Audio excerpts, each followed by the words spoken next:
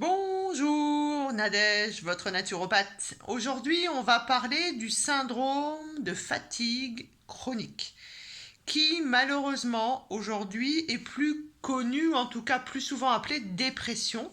La dépression, le spleen, la mélancolie ne sont pas forcément des syndromes de fatigue chronique. Pourquoi je vous parle du syndrome de fatigue chronique? Puisque avec mes merveilleux étudiants ce week-end, on a fait PNEI, donc psychoneuro-endocrino-immunologie, la base du travail de la naturopathie, et on a passé une journée sur la prise en charge des stress. Et je me suis dit, tiens, j'ai fait une vidéo sur le stress et j'ai pas fait de vidéo sur la fatigue chronique. Le syndrome de fatigue chronique, c'est quelque chose qui peut toucher tout le monde, c'est-à-dire, entre guillemets, comme le disait la chanson, de 7 à 77 ans. Qu'est-ce que c'est que le syndrome de fatigue chronique? Eh bien, c'est souvent d'ailleurs quelque chose qui est lié au stress, bien sûr. C'est le fait que votre batterie n'est plus capable de se recharger. Alors aujourd'hui, avec les téléphones, les voitures électriques, les tablettes, etc., on comprend très bien et on voit très bien cette vision de la batterie qui ne se recharge pas. Alors, qui est notre batterie?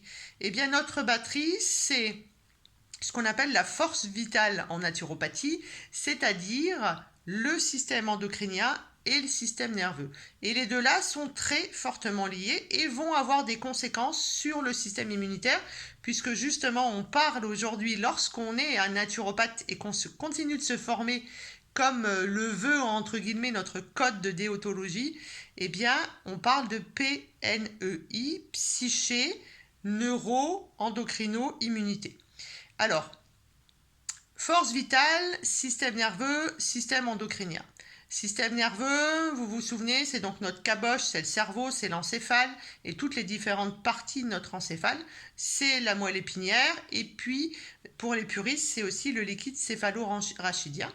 Et de l'autre côté, on a le système nerveux périphérique avec, et c'est là où on va avoir besoin de travailler, le système nerveux neurovégétatif, qu'on appelle aussi système nerveux autonome, qui s'occupe, en tout cas qui comprend le sympathique et le parasympathique. Notre système endocrinien, les glandes endocrines qui vont s'occuper de la gestion de cette batterie, eh bien, il va y en avoir deux. Il va y avoir les surrénales et puis il va y avoir bien entendu la thyroïde.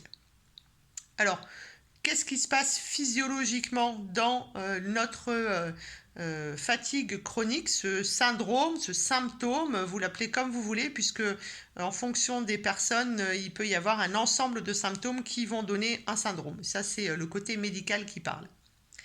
Alors, c'est très fortement lié au stress. Et pour ça, je vous laisse retourner voir ma vidéo très complète sur les différents stress. Toute la journée, vous allez vous infliger des stress. Je vous dis vous infliger, puisqu'il y a des stress qui n'ont pas lieu d'être. Et puis, vous allez subir des stress.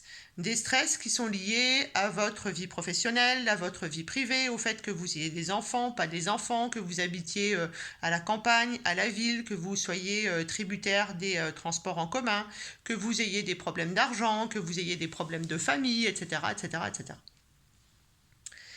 Et notre corps, qui est une merveilleuse machine, vous vous souvenez, moi je suis très très amoureuse de notre corps humain, eh bien notre corps, il va s'adapter en permanence. C'est la clé de voûte en fait de l'homéostasie, c'est-à-dire de l'équilibre de notre corps.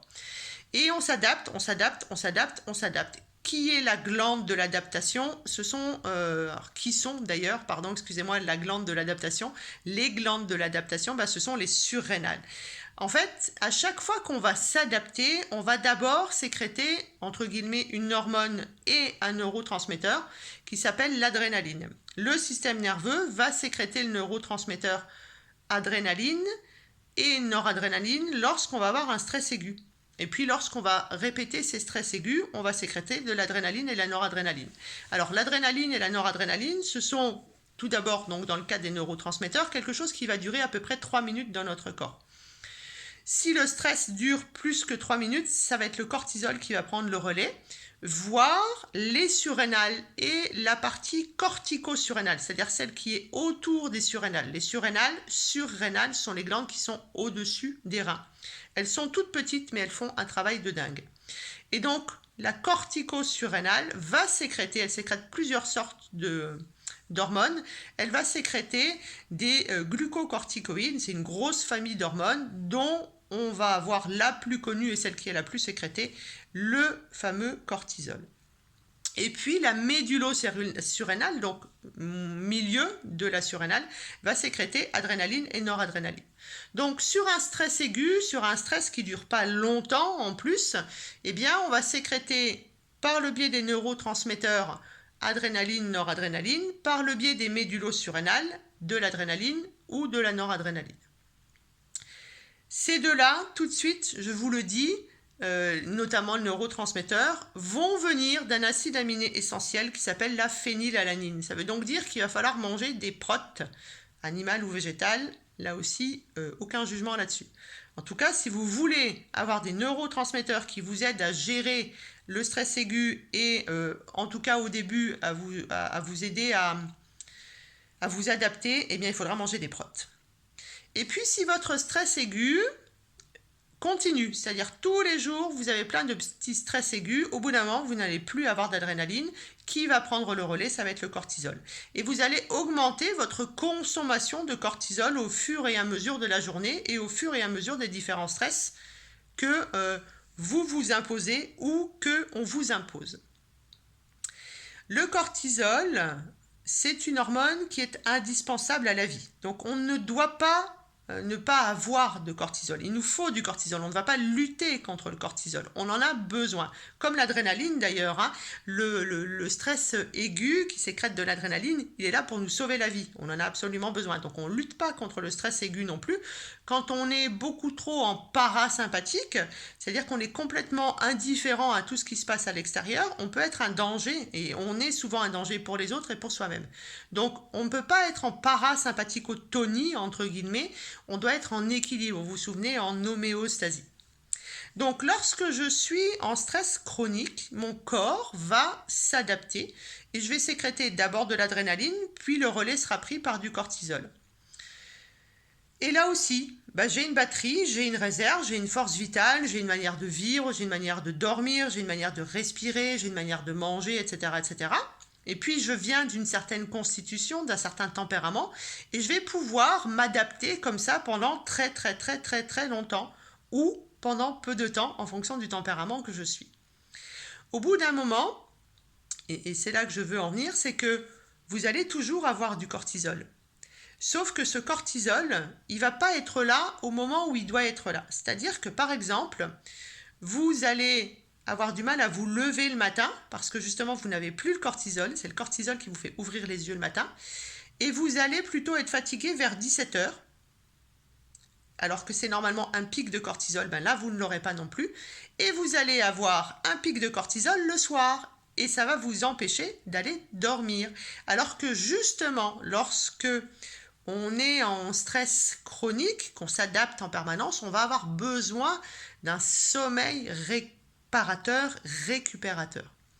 Donc, quand je suis en syndrome de fatigue chronique, j'ai toujours du cortisol, sauf que j'ai du cortisol au mauvais moment. Et le but, ça va être de remettre ce cortisol lorsqu'il le faut. Petite parenthèse, on n'oublie pas qu'à chaque fois qu'on va avoir un pic de cortisol, on aura un pic d'insuline. Donc derrière, on aura une hypoglycémie. Ce qui veut dire que le soir, après votre repas, au moment où vous êtes sur un livre, en train de faire des exercices de respiration, ou devant la télé par exemple, ou en train de faire un jeu de société avec vos enfants, évitez de manger du sucre, puisque le pic de cortisol induit de l'insuline, le pic d'insuline induit un pic de cortisol. Donc on évite de manger du sucre le soir, mais on mange du sucre à 17h. Parce que justement, puisqu'on a un pic de cortisol, on va en profiter. Et si on ne l'a pas, le sucre, l'insuline va appeler le cortisol. Et du coup, on va remettre de la chronologie dans le cortisol. Comment je peux gérer ce syndrome de fatigue chronique qui touche aujourd'hui plus de 90% de la population puisque il touche de 7 à 77 ans. C'est-à-dire que moi, j'ai des enfants dans mon cabinet qui sont en syndrome de fatigue chronique. Et les parents disent, mais non, c'est pas possible. Lorsque vous écoutez tout ce que cet enfant fait dans une journée, il en fait 10 fois plus que moi. Alors ok, il a une force vitale qui est capable de faire 10 fois plus que moi, sauf qu'il use ses batteries beaucoup plus. Et quand vous entendez l'alimentation qu'il y a derrière et le sommeil qu'il y a derrière, vous comprenez que cet enfant, il a un syndrome de fatigue chronique. Donc on va remonter tout ça, on va prendre soin des surrénales. Et en médecine chinoise, on prendra soin du rein, puisque c'est l'énergie du rein qui va donner le qi, qui va donner l'énergie.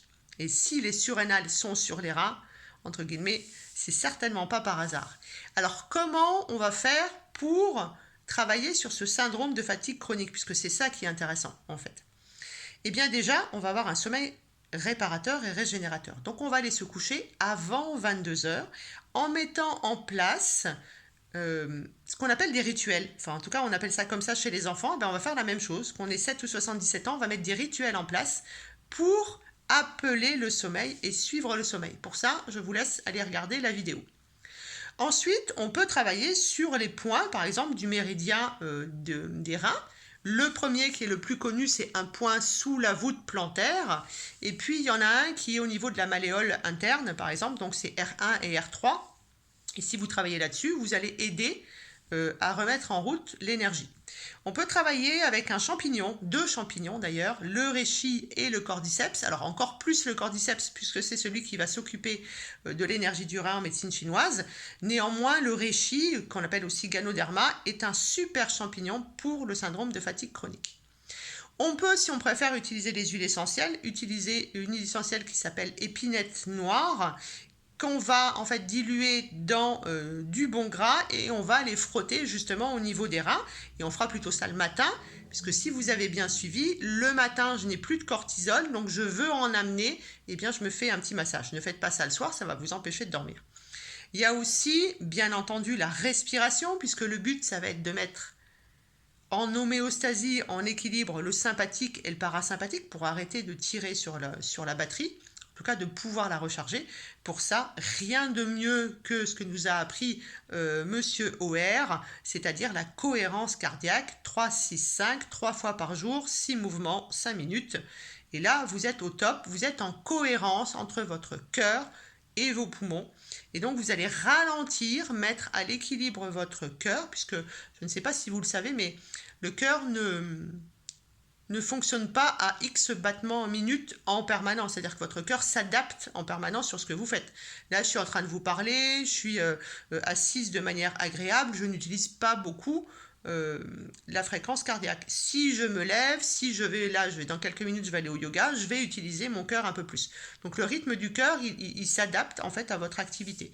La cohérence cardiaque va mettre en cohérence les battements du cœur et bien entendu vos poumons.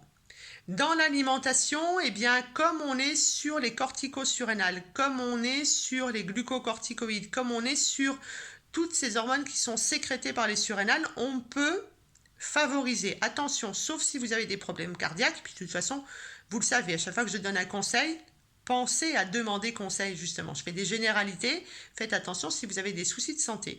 Eh bien, on peut amener un petit peu plus de sel. Et d'ailleurs, lorsque vous êtes fatigué, vous avez plutôt envie de choses salées. Votre corps vous réclame du sel. Parce que, en fait, on a un sel pour 2 potassium dans le corps. Eh bien, on va augmenter le sel pour avoir une meilleure gestion justement des liquides. C'est le rein qui s'occupe de la gestion des liquides. Vous voyez, on tourne en rond autour des causes, des conséquences et de comment on peut aider. Donc favorisez plutôt, vous pouvez même mettre un petit grain de sel en fait sous la langue, c'est quelque chose qui marche bien aussi. Ou exceptionnellement, vous pouvez manger des algues, vous pouvez manger des fruits de mer, en tout cas tout ce qui va être un petit peu plus salé. Évitez les chips, bien entendu, ça ne marche pas. Et puis, comme toujours, l'hygiène de vie. Donc, je vous ai parlé du sommeil, je vous ai parlé de la respiration avec cette fois-ci la cohérence cardiaque. L'alimentation, où on va rajouter un petit peu de sel et on va éviter de manger tous les aliments qui vont nous prendre trop d'énergie, c'est-à-dire tout ce qui est difficile à digérer. On fera attention aux associations alimentaires. Et même si on est en fatigue chronique, on va essayer d'aller marcher un peu. Marcher, c'est pas trop compliqué. Si c'est 5 minutes au départ, c'est pas très grave. On essaye d'aller jusqu'à 15 minutes aller, 15 minutes retour. Comme je dis, les enfants, ils font 15 fois 60, ils comptent dans leur tête jusqu'à ce que ça soit fini, puis ils reviennent. Les enfants, ils sont extraordinaires lorsqu'ils viennent au cabinet parce qu'ils s'y mettent vraiment et on a des résultats ultra rapides. Pourquoi? Parce que lorsque vous allez aller marcher, déjà, vous allez vider votre caboche, vous allez diminuer, entre guillemets, votre système nerveux. Et puis, derrière, vous allez remettre en route une meilleure circulation du sang. Vous allez apaiser votre cœur, vos poumons, etc., etc. Et donc, vous allez avoir des hormones qui vont bien mieux circuler. Voilà. Quand les surrénales sont HS, lorsque je suis en syndrome de fatigue chronique, qui est-ce qui va prendre le relais? C'est la thyroïde. Et vous allez fatiguer votre thyroïde. Au départ, vous allez faire de l'hyperthyroïdie, puisqu'elle va s'y mettre pour vous aider, et vous allez avoir un regain, vous allez vous dire « Ah, bah ça va mieux, dis donc, c'est super, bon, bah j'y retourne, puis je continue de tirer sur la corde. » Et puis là, vous allez tomber en hypothyroïdie, voire derrière, puisqu'on est en PNEI, vous risquez de faire une maladie auto-immune. Donc, dès qu'il y a un signe de fatigue, dormez, prenez soin de vos surrénales, voire mettez un petit peu plus de sel dans votre alimentation ou sous votre langue. Faites un tout petit peu d'activité physique, faites de la cohérence cardiaque. En tout cas, prenez soin de vous, ne laissez pas traîner et entendez bien qu'il y a des stress que vous pouvez enlever. Gérez votre cycle de sommeil pour ne pas avoir à être réveillé par un tut, que ce soit le portable ou le radio-réveil, etc., etc. Et levez-vous 5 minutes plus tôt. Accordez-vous un moment de sieste si c'est possible. Prenez du temps pour vous, prenez soin de vous. Vous vous souvenez, je vous le dis toujours, c'est toujours la même chose en fait. Mais ne laissez pas perdurer ce syndrome de fatigue chronique parce qu'une fois que les surrénales sont HS, il va falloir longtemps pour les remonter. C'est ça qu'il faut entendre aussi, c'est que une fois qu'elles sont HS, c'est parce que vous avez tiré sur la corde longtemps. Et que donc du coup, il va falloir longtemps pour les remettre en route. Donc, prenez soin de vous, reposez-vous. On n'est pas obligé de rester devant la télé pour faire semblant d'avoir une vie de famille. Vous êtes fatigué, vous allez vous coucher. Votre famille, elle a juste envie que vous soyez en forme. C'est ça qui est important en fait, c'est que vous soyez en forme. Donc, prenez soin de vous et si vous avez des questions supplémentaires, n'hésitez pas. Arrêtez de tirer sur la corde, enlevez tous les stress que vous devez enlever. Votre enfant n'a pas besoin de faire 50 activités. Votre enfant a le droit aussi de rester à la maison, de jouer dehors. Enlevez les écrans, bien entendu, vous le savez, mais pour vous, c'est valable aussi. À bientôt.